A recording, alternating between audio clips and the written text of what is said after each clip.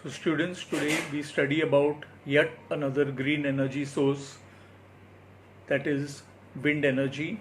We will have a look at how wind energy is converted into electrical energy by using a windmill or a wind turbine. Now, wind energy has been used by man since many years. First, wind energy used to be used to grind grains. Then wind energy would also be used to sail boats, to drive water pumps to some extent. As a child, you would be using or would have used wind energy to fly kites. Now, with the development of science and technology, and also a lot of progress in the field of aerodynamics, there has been a major improvement and development using wind energy to generate electrical energy. Now, the velocity of the wind depends on the geographical region of the place.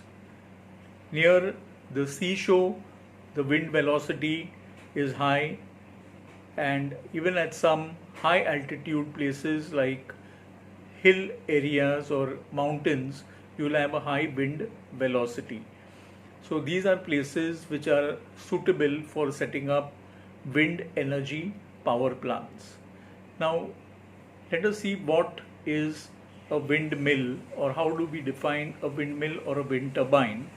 A windmill or a wind turbine is a device which converts wind energy into electrical energy.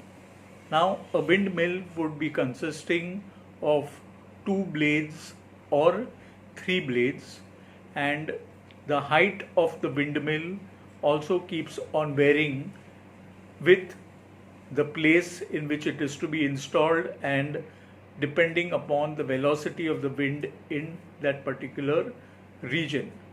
So we will have a look at what are the important components of a wind turbine or a windmill and how it exactly functions. In Maharashtra, there are 6 places where you have these wind energy power stations that generate many megawatts of electrical energy. So the steps to generate electric energy from wind energy would be the energy of the wind, or the kinetic energy of the wind, drives the wind turbine or the windmill. The windmill in turn drives the generator, and the generator generates electricity. The energy transformation taking place in a wind energy power station is the kinetic energy of the flowing wind is converted into kinetic energy of the wind turbine.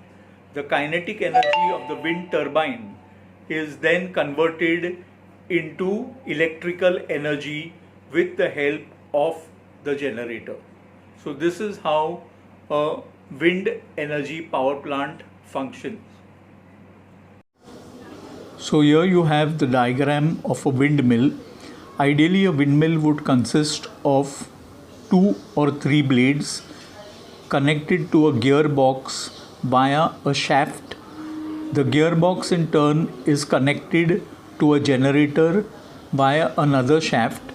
Now, the reason the gearbox is used is to increase the number of rotations, because the number of rotations of the blades would not be enough to drive the generator.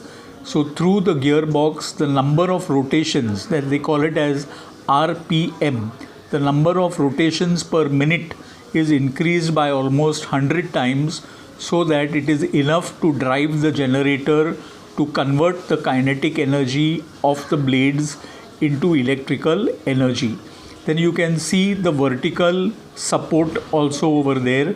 The vertical support has a system whereby the windmill's direction can be changed depending on the direction of the wind. The wind keeps on changing its direction, and you have on the windmill a sensor fitted. An anemometer is there and a wind vane is there, which tells about the velocity and direction of the wind. So these sensors automatically change the direction of the windmill according to the direction of the wind.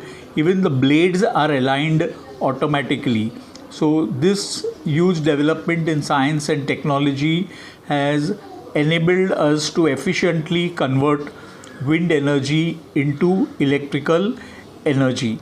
So windmills are of different heights depending upon the location where they are installed. You could have windmills to run for domestic purposes or to run a house. You have windmills to run huge industries as well. You have windmills located on hill stations. You have also windmills located offshore, that is on within the ocean itself, because there the wind velocity is very high and it is very ideal for electricity generation. Right? So with this we complete our lecture on wind energy being transformed into electrical energy.